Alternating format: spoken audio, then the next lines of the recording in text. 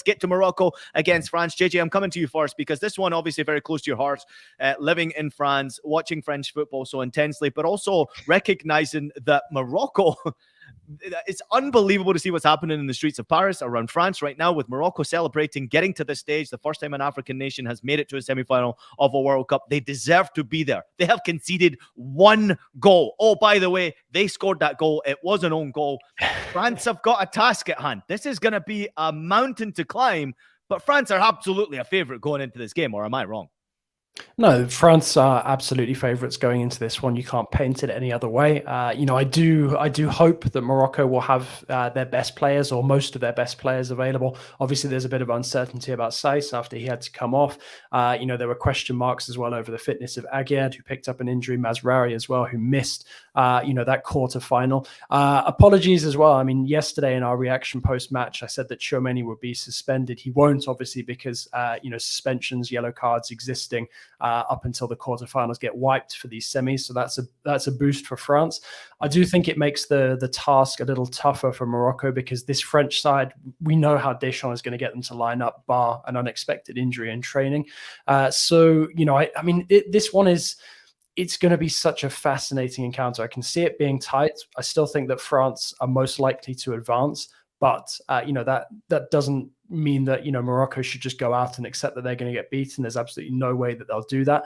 And I think something that has been so interesting as well about this potential lead up to this moment in the World Cup from both sides is that both sets of fans have really, really wanted this. Certainly from what I've seen on the streets of Paris, as soon as the final whistle went in that Morocco game, Boufal goes to the microphone, does his post-match interview, says, yes, we absolutely want to come up against France. We wish them well in their game against England. We want this matchup. There's so many players in that Moroccan side who have dual citizenship and could have played for France, but have opted to play for Morocco. There's going to be so much needle in there. Trash talking will be great because there's so many Francophone players there, and there will be the aggro sort of away from the pitch as well with the fans. Hopefully, we don't see too many unsavory scenes, whatever the result after the final whistle. But, this is going to be one of the most keenly contested games of the World Cup. And it is going to be a really, really fascinating game to see unfold on the pitch as well. I don't think there's really much to add to that. I think obviously Jay's going to have more knowledge than we can, Ian, of what it's like being over there, living in France, and obviously with the multinationalities that are present. But you drink France. Enough cognac to feel French. Oui. I can say Henriel Chouamini. I can say it better than Gary Neville. Anyway, I just think it's going to be an absolute firecracker of a game.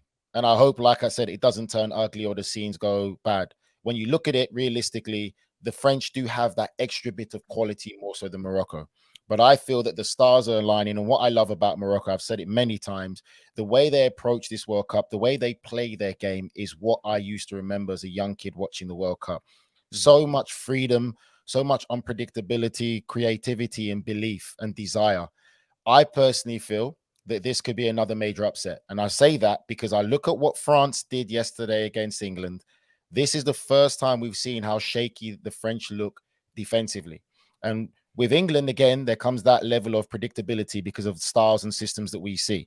With Morocco now, they don't have that predictability. I think they've got players who can be very dangerous in that attacking third, who can leave this French defense open in all types of ways. If they can keep Mbappe quiet, like Kyle Walker did, and I'm sure that the Moroccans are going to make it a very physical encounter, I personally feel that Morocco can do this game. And I feel, for me, like I've said before, Ian, I would love it if either Morocco or Croatia win this World Cup. I think for football, it will be a win for the beautiful game of football if one of those two nations win it. Mm-hmm.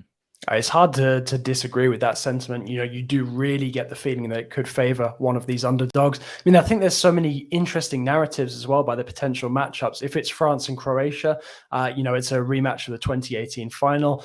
If it's Argentina-France, it's Mbappe against Messi. And if it's Morocco against Croatia, it's the two underdog teams going through and the two favorites dropping out. But I've got a question for you guys. After his 2 assists against England last night, if France make it to the final, obviously a big if because we know it's still going to be a challenge for them against Morocco, does Griezmann have the strongest case to be player of the tournament. We know that I think he won the silver ball in 2018 because you look at the way that he's performing. I mean, he was even creating the most clear goal scoring opportunities coming out of the group stage. Now he's added to that in these knockout phase games as well against Poland and now against England. I mean, for me, he's really rolled back the years with these performances. I feel like his situation at Atleti has actually enabled Deschamps to get him back to his best and have him performing at a good level because he's perhaps a bit fresher than some of the other players because he hadn't played every game from the beginning of the season with Atleti. And I just wanted to know if you guys have been as impressed as I have and potentially have him down as your player of the tournament. I'll come to you first, Ian, then Nige. Yes, listen, I'm tremendously impressed, and we have spoken about him a ton on the show because of his performances. I'm actually really impressed, JJ, because he picked up a yellow card in the first half, and I thought, oh no, this is not good going into a second half here with a player like him, and he run the risk in the second half. He made that one challenge, and I thought, oh no, this could be a second yellow. But he played it with discipline, great composure, but didn't stop him from having a big influence on the game with the way he performed. Really outstanding. He's not the only one that shone brightly for me and that I didn't expect. Rabiot has been terrific in this tournament, and I am not a fan of Rabiot. Now I am. For what he's been doing for France in this competition, outstanding. Tchouaméni, obviously the goal yesterday, but also his performances throughout this competition. And then Ousmane Dembele. I couldn't believe it. I haven't seen him play this well since he was playing in the Bundesliga. He's just wanting the ball to run at defenders, to cause problems. If it's not happening for Mbappe, like Nigel pointed out on our show yesterday, they marked Mbappe pretty much out of that game. They made it very difficult for him to have an impact. Dembele said, okay, give me the ball. Let me be that man. And Dembele really stepped up, as did Griezmann, obviously, with a couple of assists that he provided. But I think it's a great shout, JJ. What a performance from him overall in this competition. It is so nice and refreshing to see him enjoying his football. I know he's only played 20 minutes every now and again for Atleti up until he sorted his contract out, so he does look fresh. But just that freedom, the way he's playing, it makes me not like Atletico Madrid more now because of the fact that he's playing with a lot of freedom. Sorry to produce music to producer Dez's ears.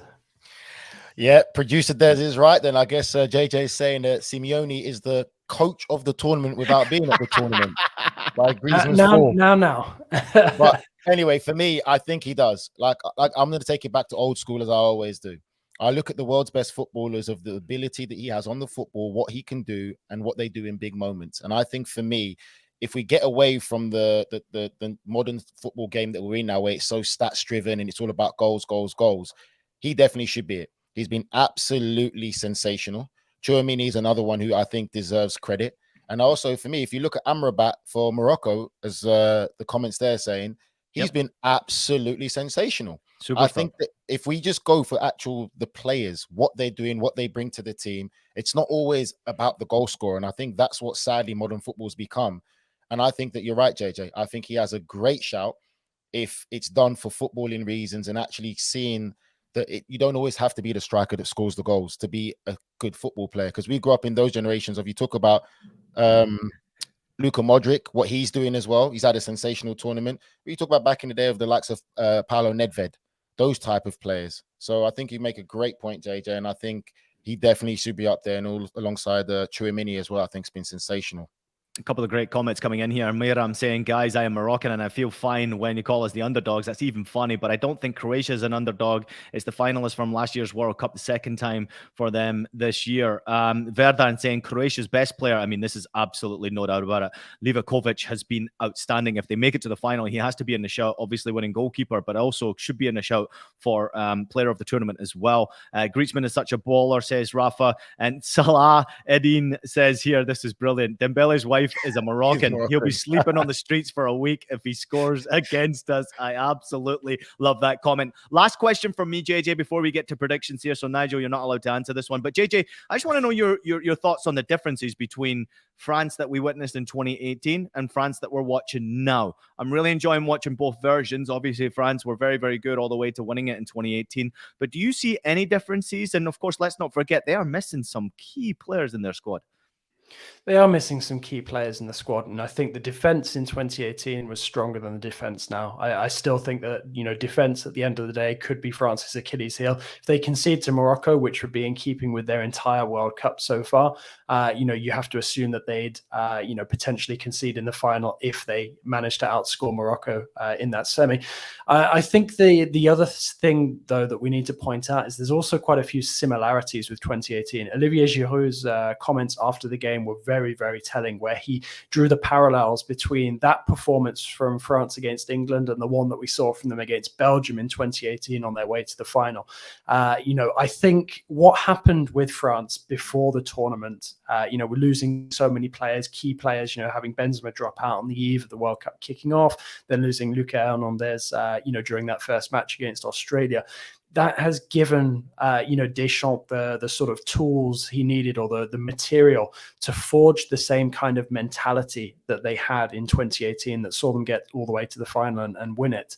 I don't think that France would have come this far without those testing circumstances. If Deschamps had all of his first choice players available, I think the expectation probably would have been too much. We wouldn't have seen certain players performing at the same level that they're doing now. We wouldn't be talking about Griezmann as a potential best player of the tournament. We wouldn't have Kylian Mbappe top scoring. And I'm not saying that France are not stronger for having somebody like a Karim Benzema available to them, or an Nkunku or a Kimpembe in defense, but losing those players has enabled Deschamps to rediscover, you know, the collective mentality, the sort of the world is against us, you know, kind of feeling that's needed, you know, to go deep in these kind of tournaments. And something else that's cropped up since the England win as well, Deschamps is now most likely to stay on until at least 2024 as coach. So, you know, there was a lot at stake for the players on the pitch against England, but also for Deschamps himself. And it sounds like he's now managed to win back a number of his doubters with the way that France have progressed throughout this tournament.